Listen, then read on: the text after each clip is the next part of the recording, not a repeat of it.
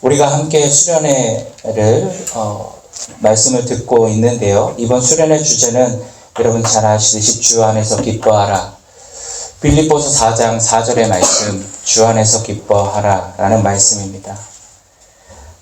이 바울의 말에 따르면 사도 바울은 저와 여러분에게 주 안에서 기뻐하기를 권면할 뿐만 아니라 더 나아가 기뻐하기를 반복적으로 우리에게 명령하고 있습니다. 여러분, 누군가가 여러분에게 기뻐하라 라고 명령한다면 여러분은 어떻게 반응하시겠습니까? 물론 우리 참 좋으신 우리 레인스팍 한인교회 성도님 분들은 그렇지, 우리가 주 안에서 기뻐해야지, 어떤 상황에서도 기뻐할 수 있어야지 라고 순종의 반응이 나올 것입니다. 그런데 일반적으로 어떤 사람이 다른 사람에게 기뻐하라 라고 명령한다면 과연 모든 사람이 그 말에 동의할 수 있을까요? 그렇지 않습니다. 대반 당신이 뭔데, 당신이 왜 나의 감정을 이래라 저래라 하냐고 반문하지 않겠습니까? 여러분, 기뻐한다는 것은 사람의 감정입니다. 감정은 통제하는 것이 아니라 자연스러운 반응이어야 하는 것이죠. 내가 기쁘면 기쁨이 나오는 것이고 슬프면 슬픔이 표현될 수밖에 없는 것이 사람의 감정이죠.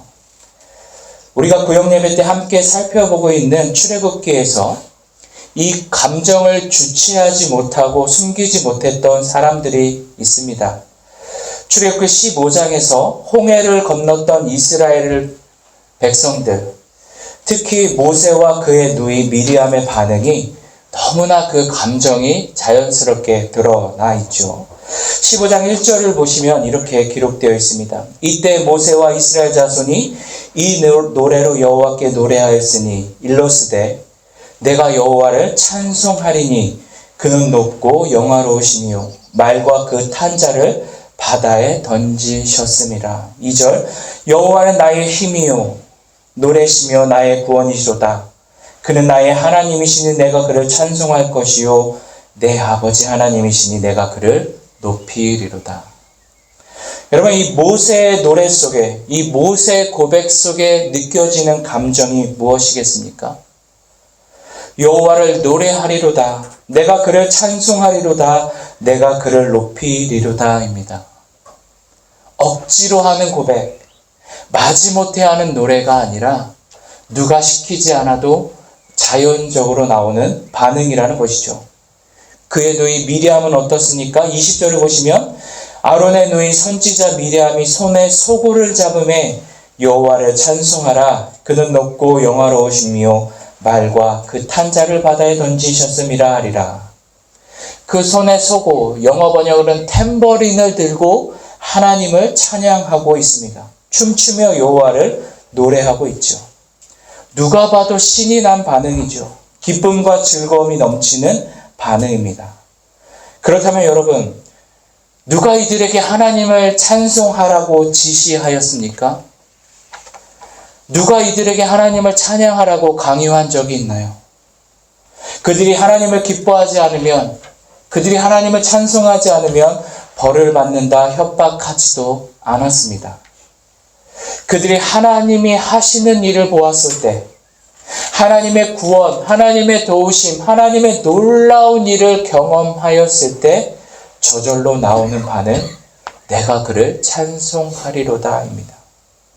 내가 하나님을 높이며 춤추며 찬양하고 기뻐하리로다이죠.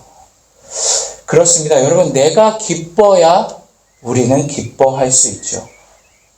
찬송할 수 있는 마음이 되어야 우리는 찬송하는 것이죠.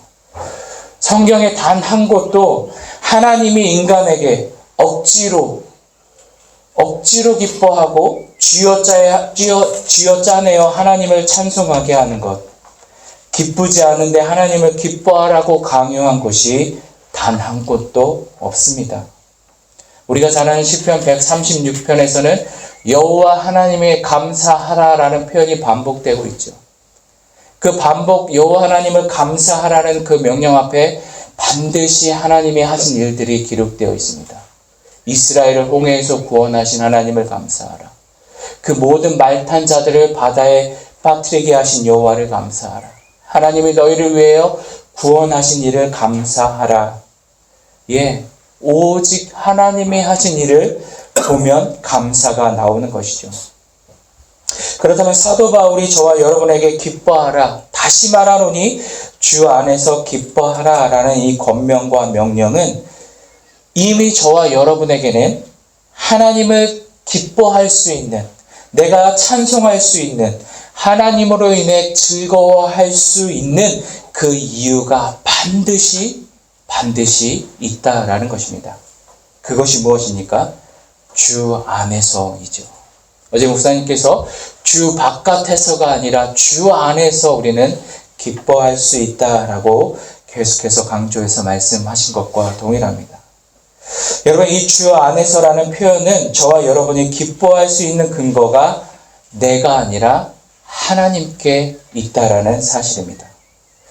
오늘 우리가 읽은 본문에서도 주 안에서와 같은 하나님의 일하심이 겉으론 드러나 있지 않지만 숨겨져 있는 것을 볼 수 있습니다. 오늘 본문에서 다윗이 마주하는 상황, 다윗이 처한 현실은 절망적이고 굴욕적이며 얼마든지 낙심하고 불평할 수밖에 없는 상황이 그려지고 있습니다. 먼저 이 사무엘상 21장의 배경에 대해서 간단하게 설명을 드리면, 다윗이 자신을 죽이려고 했던 사울을 피해 급하게 도망을 가게 되는 장면이 기록되어 있는데요. 다윗이 노베에 있는 제사장 아히멜렉을 만나서 그에게 도움을 청하는 내용이 사무엘상 21장의 내용입니다. 내가 도망치고 있는 것을 그가 알게 되면 사울에게 고발할 것을 두려워한 나머지 다윗은 거짓말로 자신의 상황을 모면하려고 합니다. 왕이 나에게 지금 은밀한 일을 맡겼기 때문에 나는 지금 홀로 이곳에 와 있으며 나중에 나의 사람들이 자신을 쫓아 이곳에서 만나기로 했다라고 거짓으로 자신의 상황을 설명하고 있죠. 그리고 그에게 먹을 것을 요청합니다. 더욱이 오늘 우리가 읽은 본문 8절과 9절에서는 자신을 보호할 무기가 없기 때문에 제사장에게, 한 나라의 군대 장관이 제사장에게 무기가 있는지를 구하는 모습이 기록되어 있죠. 여러분, 다윗은 군대의 장관입니다. 수백 명의 사람들을 지휘하고 통솔하는 장군이죠. 이스라엘 전쟁에 나가기만 하면 승리하는 그런 용사가, 전쟁의 영웅으로 칭송받던 그 사람이 하루아침에 도망자가 되어서 거짓말을 하며 구걸하는 모습이 오늘 다윗이 처한 현실이라는 것입니다. 여러분, 한 나라의 왕이 제사장에게 무기를 구걸하는 것은 굉장히 치욕적인 일이라 할 수 있는 것이죠. 여러분, 이 다윗의 상황에서 다윗에게는 어떤 명예가 남아 있습니까? 본인뿐만 아니라 인간적으로 어떤 존엄이 있고 자존심이 남아 있겠습니까? 너무나 치욕스럽고 구차하게 목숨을 구걸하고 있는 한 인간의 연약한 모습밖에 오늘 본문에 등장하고 있지 않죠. 이런 상황에서 도대체 하나님은 무엇을 하고 있습니까? 이런 다윗의 치욕적인 현실 속에서 그를 왕으로 부르신 하나님은 다윗을 위해서 어떤 도움을 주시고 있고 그에게 어떤 소망을 주시고 있냐는 것이죠. 누가 봐도 다윗은 기뻐할 수 있는 상황이 아닙니다. 다윗이 소망을 품을 수 있는 어떤 상황의 변화도 나타나지 않습니다. 어떤 직접적인 도움의 손길도 전혀 없어 보이죠. 그런데 여러분, 하나님은 여전히 다윗을 생각하시며 다윗에게 말씀하시는 하나님으로 오늘 본문에 그려지고 있습니다. 그것이 9절에 잘 나타나 있습니다. 우리 다시 한번 9절 말씀 한번 읽어보겠습니다. 시작. 제사장이 가로되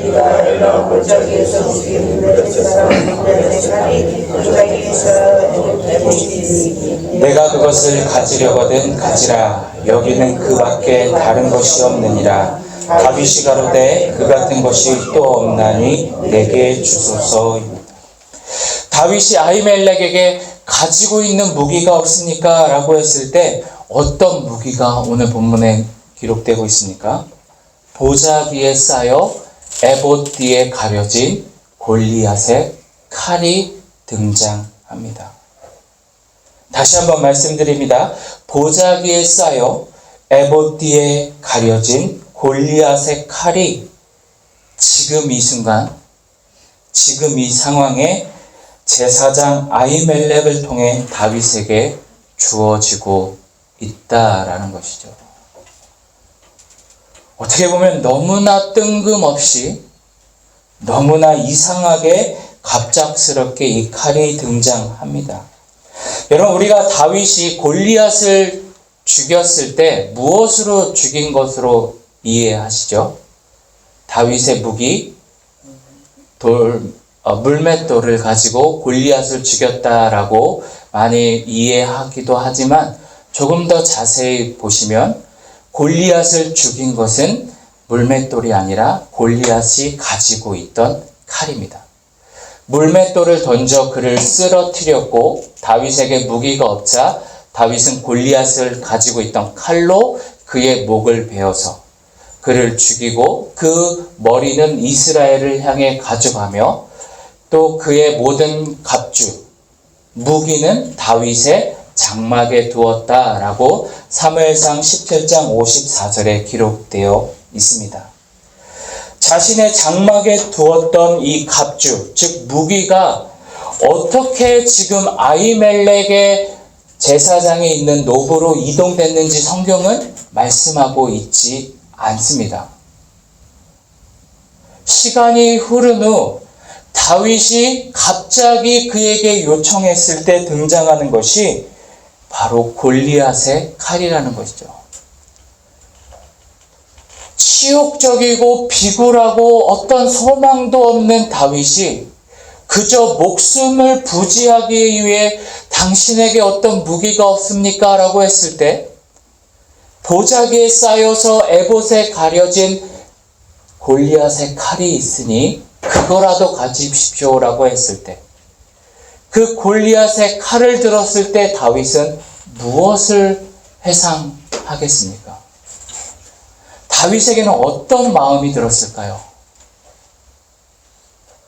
당시에 사울 왕도 모든 이스라엘 군대도 골리앗 앞에서 벌벌 떨며 아무도 나가서 싸우지 못할 때 나와 함께 하셨던 그 하나님, 사자의 입에서 나를 구하셨고 곰의 발톱에서 나를 구하셨던 그 하나님, 만군의 여호와의 이름으로 그 골리앗에 나가서 두려움 없이 그의 목을 베었던 그 다윗의 마음에 어떤 마음이 들겠습니까? 그렇지. 하나님은 여전히 나와 함께 하시다.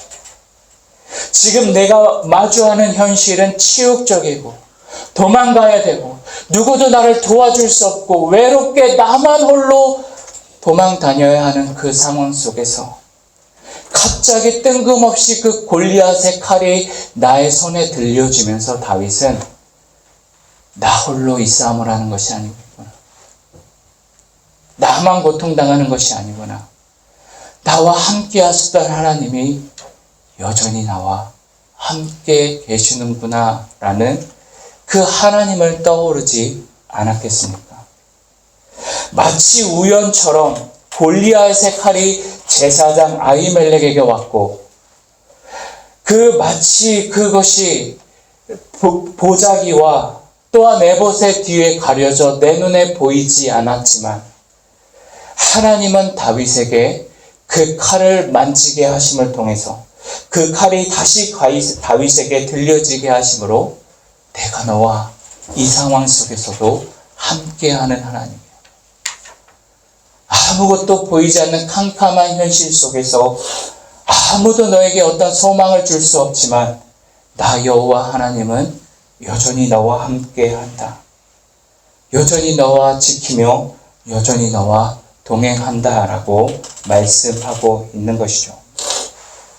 그렇다면 여러분, 여전히 우리 속에 둘러싸여져 있는 수많은 문제들과 고난 속에서 어떤 두려움과 실패 속에서 여전히 저와 여러분이 주 안에서 기뻐할 수 있고 다시 말해도 또 기뻐할 수 있는 이유와 그 근거는 반드시 저와 여러분의 삶 속에 동행하고 있다라는 사실, 하나님의 역사와 섭리와 간섭이 있다라는 사실을 우리는 믿음의 눈으로 바라보아야 하는 것이죠.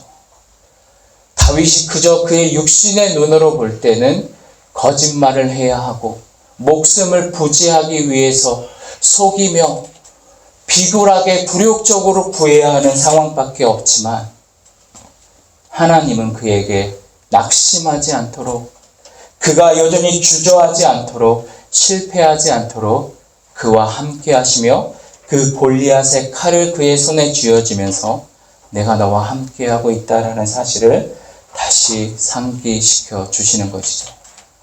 신약 시대 우리가 함께 본 빌립보서의 말로 기뻐하라, 주 안에서 기뻐하라 라는 명령이 다시금 들려지고 있는 것입니다. 여러분, 다윗이 그 칼을 들고 어떤 일이 벌어집니까? 10절부터는 어떤 상황의 반전도 없습니다. 여전히 두려워할 수밖에 없고 여전히 미친 척하며 그가 구걸해야 하는 상황이 이어질 수밖에 없는 것이죠. 그가 그 칼을 들었다 한다고 그의 상황이 갑자기 막 달라지거나 문제가 해결하거나 그가 왕의 자리로 돌아오는 상황이 결코 아니죠. 그런데 여러분, 그 칼을 들려짐을 통해서 비록 현실은 또 도망 다녀야 하고 또 구걸해야 되고 또 자신의 미친 척을 하면서까지 목숨을 부지해야 하는 그 상황이 이어지지만 여러분, 그 내가 너와 함께 한다라는 그 하나님의 보이지 않는 약속을 확인한 다윗이 여전히 그 상황을 견디는 힘이 되지 않았겠습니까? 여러분, 저희가 이 자리에서 수련회를 통해 귀한 말씀을 듣고 하나님의 그 사랑과 은혜를 확인하는 장소의 자리로 저와 여러분을 부르셨죠. 우리가 어제 울면서 기도하며 주님 앞에 우리의 마음을 쏟아놓고 우리의 문제를 가지고 주님 앞에 씨름하며 나아갔습니다.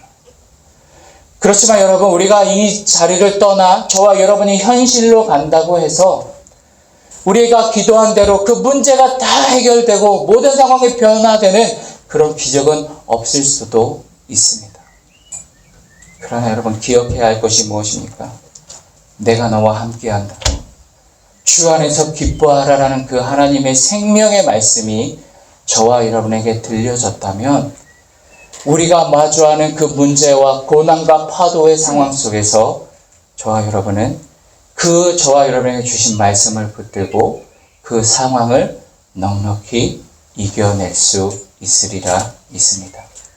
하나님의 때에 하나님의 방식대로 다윗을 그 왕의 자리로 만들어내셨던 것처럼 오늘 우리가 볼 수 없고 그것을 다 꿈꿀 수 없다 할지라도 내가 원하고 바라는 대로 나의 인생이 풀려지지 않으며 여전히 내가 가야 할 길은 문제와 고민과 씨름해야 할 그 실패들이 있다 할지라도 오늘 저와 여러분에게 주신 말씀, 기뻐하라. 주 안에서 기뻐하라.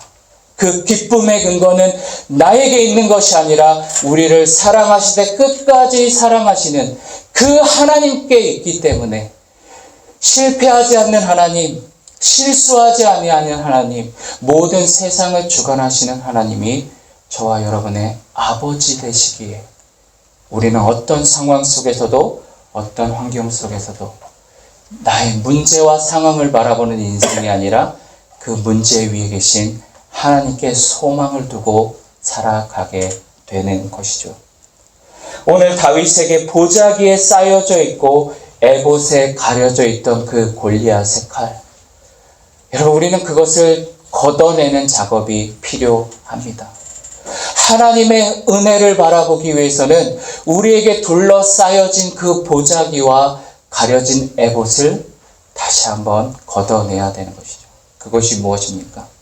이 은혜의 자리, 수련회에 우리를 불러주시는 것이죠. 우리가 새벽마다 나가 하나님께 엎드려 기도하는 그것이죠. 집에서 말씀을 읽으며 찬양을 들으며 하나님을 생각하며 묵상하는 것이 보자기에 쌓이고 에봇에 가려진 골리앗의 칼을 발견해 나가는 방법입니다. 그것이 무엇이든, 그 자리가 어디이든 그 우리와 함께 하시는 하나님의 영광, 하나님의 은혜, 하나님의 사랑을 매일매일 확인하셔서 어떠한 상황 속에서도 하나님만 바라보시며 주님으로 인해 기뻐하고, 내가 다시 말하노니 또 기뻐하라 라는 이 권명과 명령의 말씀이 저와 여러분의 살게 하며 오늘도 이끌어 나가는 그 은혜가 저와 여러분 가운데 있기를 주님의 이름으로 소망합니다. 하나님의 은혜를 하나하나 다시 한번 카운트해 보시고 세워 보셔서 하나님은 실수하지 않는 하나님이라는 사실을 다시 한번 기억하는 저와 여러분 되시기를 주님의 이름으로 축복합니다.